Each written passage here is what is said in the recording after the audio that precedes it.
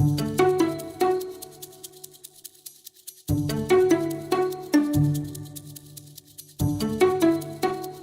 are you guys doing? Okay, I heard you had a heavy morning, so hopefully the next half hour won't be as heavy and easier concepts to understand, I hope at least. All right, so for my biography, you guys could hear that I'm a little bit busy. Got yeah, nursing and music teaching and then the music therapy thing. So I understand what it's like to be juggling a whole bunch of different things.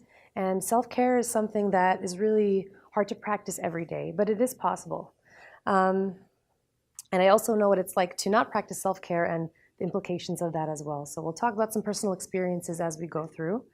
In this presentation, we're just gonna break it up into 5 different topics, 5 different tips on how to implement self-care more in your daily life. When I first did this presentation, it was like 2 hours just listing things that you could do to practice self-care. But I realized that that concept is really individual to you. Maybe watching sports highlights, not really my thing, but maybe somebody else's thing, or going to a spa might be one thing for somebody else, but maybe not another. So that really is individual. So we're going to start off by asking, why is self-care so important? And the short answer to that is you're no good to anyone else unless you're good to yourself. The most important relationship you'll have with anybody is the relationship that you have with yourself. Does anybody want to talk about an experience in their life where they weren't practicing self-care and something happened, or they started acting a little different? No? Okay, that's fine. But yeah, it is a very important concept, and oftentimes I think that there's a lot of stigma around mental health and not being 100% okay. A lot of people feel the need to just power through and just keep going and don't stop. And that does work for a short period of time, but we've learned that, that will catch up to you in one way or another. And you might see it in ways that you may not anticipate. So we're just going to get into the first step, which is making an assessment. So you'll see here, there's a chart here of a very unrealistic life pie consisting of your work, sleep, physical activity, food, social life, self-care, creativity. Now for me, when I'm looking at this life pie, I think it's very unrealistic to my life. I think the work part would be like 50% of this whole pie maybe, or sleep maybe a little bit less. Physical activity is all right, but when we ask some patients to practice this in the psychiatric units, we notice this little orange part there, that little, I think I have, yeah, this little orange segment representing our self-care, that's usually non-existent. People have other things that they're dealing with. And the psych wards, it's everyone from different walks of life. Sometimes doctors and nurses are there, people with severe depression, anxiety, schizophrenia, bipolar, anything. Or sometimes they're diagnosed with a new chronic illness or a health condition and they're just unable to cope with that. So self-care kind of goes out the window because they're just learning how to cope with everything else and go to work, or maybe their sleep is a little bit bigger in the pie. So the first step in practicing self-care is doing an assessment of what you find important to you. So within these 7 tips here, you could probably add maybe family time or time outdoors or listening to music. Anything that you find that gives you joy, you should probably replace some of those things with things that you like. And then make your own life pie and see how much of your time you're spending on those things. After you've done that, you can create another life pie with something that looks very similar to this, very ideal. And it doesn't mean that when you are doing your life pie now, it has to be, the goal is to be doing the ideal one, but it just gives you an idea of how much time you are spending on doing what. And that brings us to our next topic, which is to make time. So how many of you guys here work full-time jobs? Pretty much everybody here, right? How many of you guys have kids? Kids, okay, all right. How many of you, other than with kids and full-time jobs, have just another kind of job that takes a lot of your time? Yeah, a lot of people here. So when we do these exercises on the psych wards, we get a lot of pushback. A lot of people are like, you don't get my life. You don't know what it's like to go through this. I don't have time. I don't have time. And I completely validate that. That is fair. But the only real way to practice implementing those things in your life is to make time for them. And the example that we like to use is, let's say you have a job interview and it's scheduled a couple of weeks from now, or you have a doctor's appointment that's really important and it's been hard for you to schedule this appointment. It's been, I don't know, a couple months. You're not going to cancel that appointment. You're going to make sure that you go. Whether you, I don't know, cancel an appointment with a friend or maybe take a little bit of time off work or whatever you do, you're going to make time to go to those appointments. And with practicing self-care, it's kind of the same thing. It's pretty much the same thing. But yeah, you have to make time in your calendar. Maybe it's not realistic to practice self-care every single day, but my suggestion is to start off with once a week, maybe 15 minutes to 1 hour within the 7-day period. Try marking something in your calendar, something for you to just do by yourself or with somebody else that you really enjoy doing that will be beneficial to you. And when we say practicing self-care, it's really about doing those things that will nourish you and give you energy in the long run, that will make you feel rested. So that includes making time to prep healthy meals, prepping and having non-inflammatory foods around your house, maybe making time for exercise, making time to socialize, making time to journal and actually just sit with your thoughts, be with yourself and be in the moment and really process whatever it is you're going through.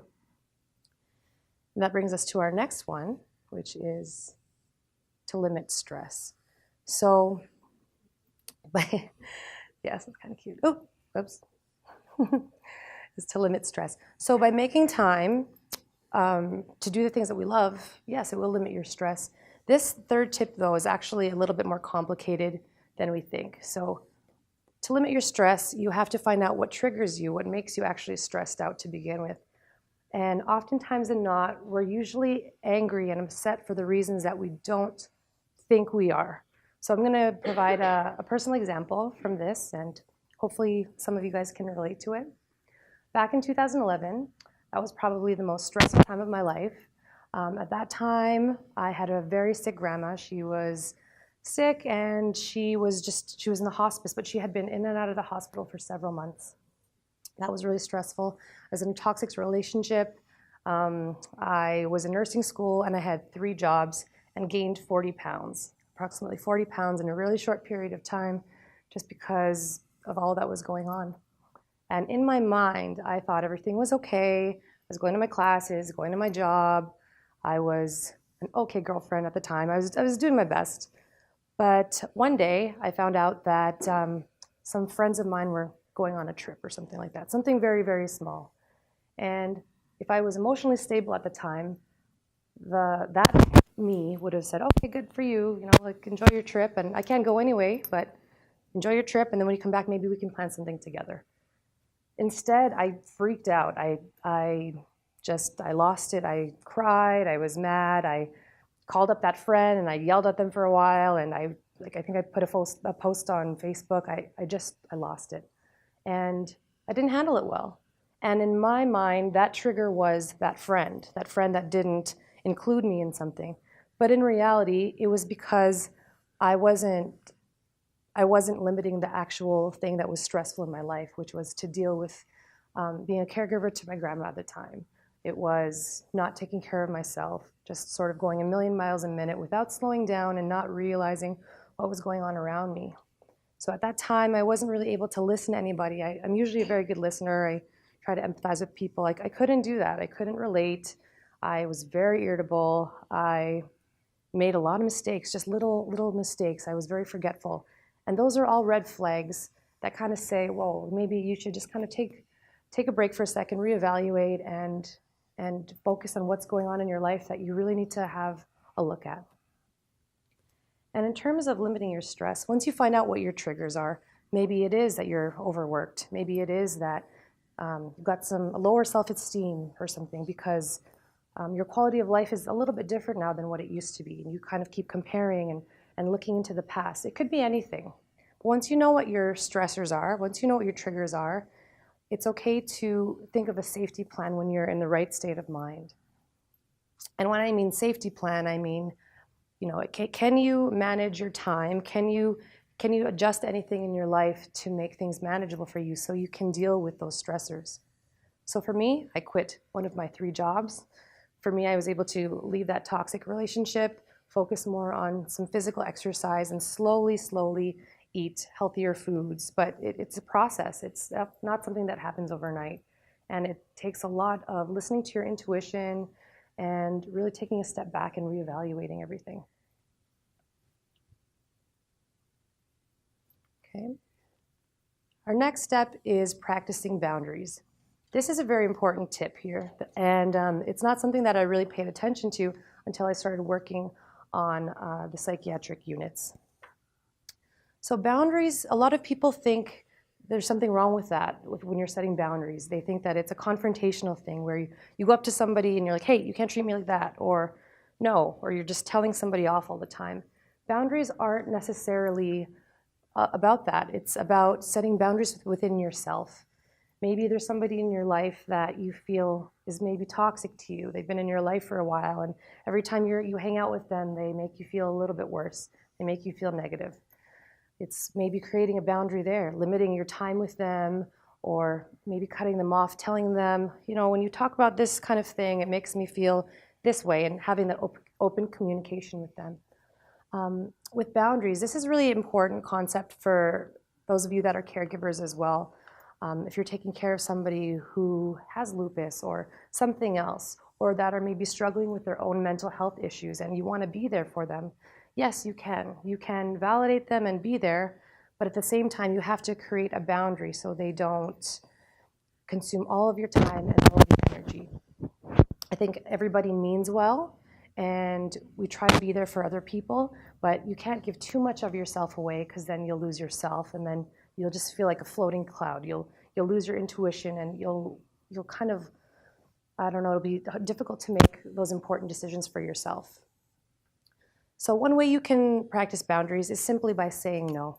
Let's say your neighbor wants you to paint the house, and they ask you to paint the house, and you're a nice guy, and you say, sure, I can paint the house. That's like 8 hours of your day. I don't know, a long time.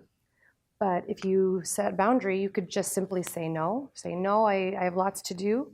Or you can set limits, which means you can limit your time with doing that. You can say, yes, I can help you paint the house, but I'm only going to do it for 2 hours or so. Limit your time. Let's say you have a family member who you don't want to cut off. They've been in your life for a long time, but they may make you feel a little bit negative. They may make you feel like it might feel like a toxic relationship. You can maybe distance your time with them a little bit, or sort of have that conversation like we talked about, like about the comments that they make and how they make you feel. So creating those boundaries are important. People can't read your mind. They don't know what you're actually going through. A lot of times, people may seem that they're okay, but when you actually talk to them one-on-one and ask them straight on how they're feeling, you'll be surprised by some of the answers that you get. So this is a very important concept to practice. And the 5th one is to manage your thoughts. So let's say all of the above tips that we've talked about, making a statement of yourself, making time, limiting your stress, practicing boundaries. Let's say that's something that you do on an everyday basis, but you just can't come to terms with dealing with your new quality of life or whatever it is you're going through. The most important thing to do is to validate yourself, is to tell yourself that it's okay to feel that way. Let's take lupus, for example, right? Maybe you may have a lot more fatigue these days, or maybe you're not able to work as many hours. Maybe your self-esteem is decreased a little bit. You look a little bit different. You feel a little bit different. And when you have that compared to how you felt maybe not so long ago, it may have some negative emotions that come up. And you got to tell yourself that that's okay. If you don't validate yourself and you try to tell yourself, I have everything to be grateful for, I shouldn't be feeling this way, it doesn't help with the acceptance piece. It doesn't help with your mental health. It kind of, you almost feel guilty and worse and mad at yourself for having those thoughts. If this is difficult for you, it's probably important that you talk to somebody about it. So reach out to somebody a family or friend who makes you feel heard, who makes you feel validated, who actually listens to you, who, when you are finished that conversation, you feel accepted. And if you don't have anybody like that in your life, there's also the distress center you could call. The phone number is 403-266-HELP. That's 403-266-HELP. And on the other line of the phone, there's just some counselors there that are willing to hear out your problems and listen to you and will really validate you. That's a very important piece. The second thing when you're after validating yourself is to make sure every day you're doing something to be in tune with your thoughts. So maybe you're journaling, you're exercising, you're going for walks and paying attention to what's around you. Studies show that the more time you spend outside in nature, it's very, very calming. At Rocky View, we're lucky to have a nice reservoir outside so the patients can look at it. And even if they're very, very anxious about whatever it is that's going on in their life, usually when they go off unit and they come back, they are a little bit more at peace. They feel a little bit better. And the other thing that I wanted to mention is the dialogue that you're using with yourself. My colleagues and I had just recently read an article about the difference between saying, let it go and let it be. So let's say, for example, you're feeling a little bit depressed, you're feeling sad about your life circumstances, things aren't working out the way you want them to. And you keep telling yourself, oh, just let it go, let it go. There's so many other things that I can focus on, just keep going and go to work. And yeah, let these negative thoughts go. We've learned now that self-talk can be almost a negative thing because you're telling yourself, I shouldn't have these thoughts. I shouldn't feel bad for myself. I shouldn't focus on my lack of self-esteem and the things I don't have. There's lots to be happy for. But in reality, these are things that you have to process. It takes a lot of time, and it's okay to not be okay. That's the main thing. It's okay to not be okay. Those feelings are temporary. Everything is temporary. And the first step is to work through them.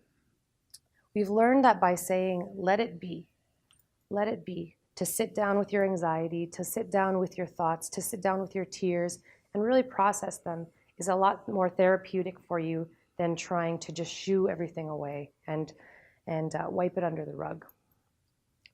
So I encourage you guys to try to change that language within you. Try to sit next time you're feeling not 100%. Try to sit with those feelings and really ask yourself, why am I feeling this way? And it's okay. It's okay to feel them.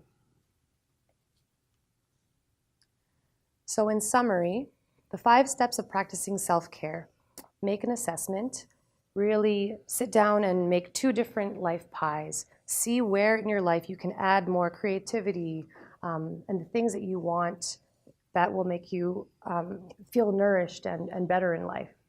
The second step is to make time. So I know everybody is busy, everybody has a lot of things to worry about, but just try 15 minutes to 60 minutes, maybe just once this week to start. If that goes well for you, try maybe twice a week, 3 times a week, and then work yourself up to every day, even if it's just for a few minutes. The third thing is to limit your stress and really try to find out what your true triggers are, what the root of all of those stressors are. And it could really go back to things that you've experienced as a kid and the things that have made you more anxious in the past. The fourth thing to do is really set your boundaries. Set boundaries within yourself, with other people. It's okay to say no. Even moms who are used to cooking meals for their kids every single night, maybe ask for help. Maybe get your family to cut up the vegetables and then you can do the rest. Or somebody else preps and then you finish doing the cooking. So there's always something you can do, and it's okay to ask for help. It's okay to listen to your body and say no. And the fifth thing is to manage your thoughts. And that includes just changing the dialogue that you have with yourself, being more forgiving, and actually taking the time to invest in your mental health. Even in the hospital, I think a lot of mental health professionals get a lot of flack, right? It's on the hierarchy of needs, like it's always the physical health that it's the main priority, and I agree, it is. It's very important, but what's going on up here is equally as important. You have to be okay, and you don't have to be okay. It's okay not to be okay, but you have to focus on your mental health is what I'm saying.